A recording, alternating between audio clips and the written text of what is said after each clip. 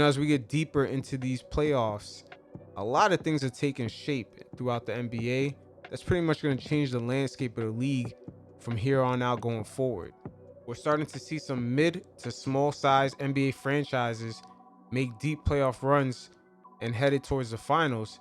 And honestly, some of their teams, the way their roster is constructed, they're going to be competing for the next couple of years. But normally, these NBA franchises have owners that normally don't spend a lot of money. They don't like dipping into the luxury tax. But due to the fact that they have a lot of young players, and at the same time, there's a lot of new money coming into the NBA in regards to new NBA team owners, a lot of these franchises will begin to start spending money.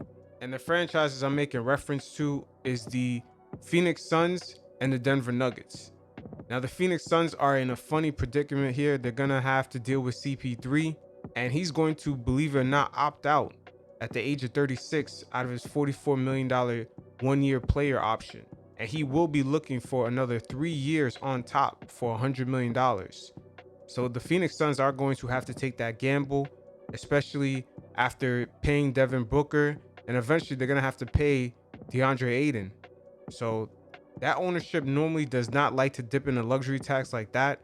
But in order to stay competitive, they're going to have to pay CP3 and take the risk of him being injured and potentially not living out that contract.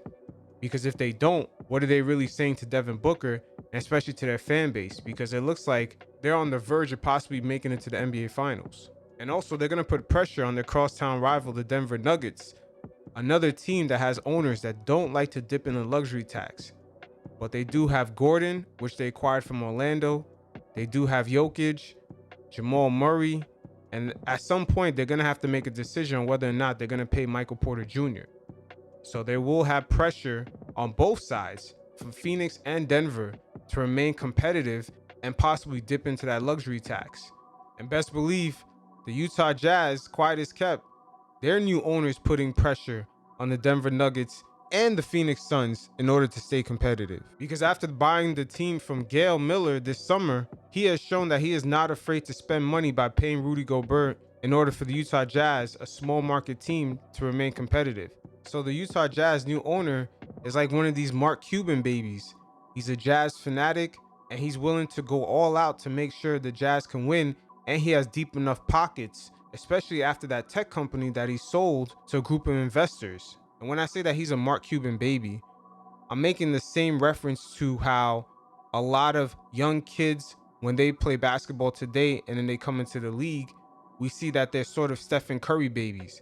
The way they play the game, shit, you could look at Trae Young's game. You could tell he's a Stephen Curry baby. And it's sort of the same way with the NBA owners.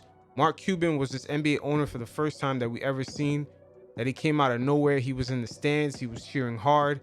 He was obsessed with his team. A lot of the NBA owners, you barely even see them. But Mark Cuban presented this new type of archetype of owners. He was much younger than what the typical NBA owner is as far as the age.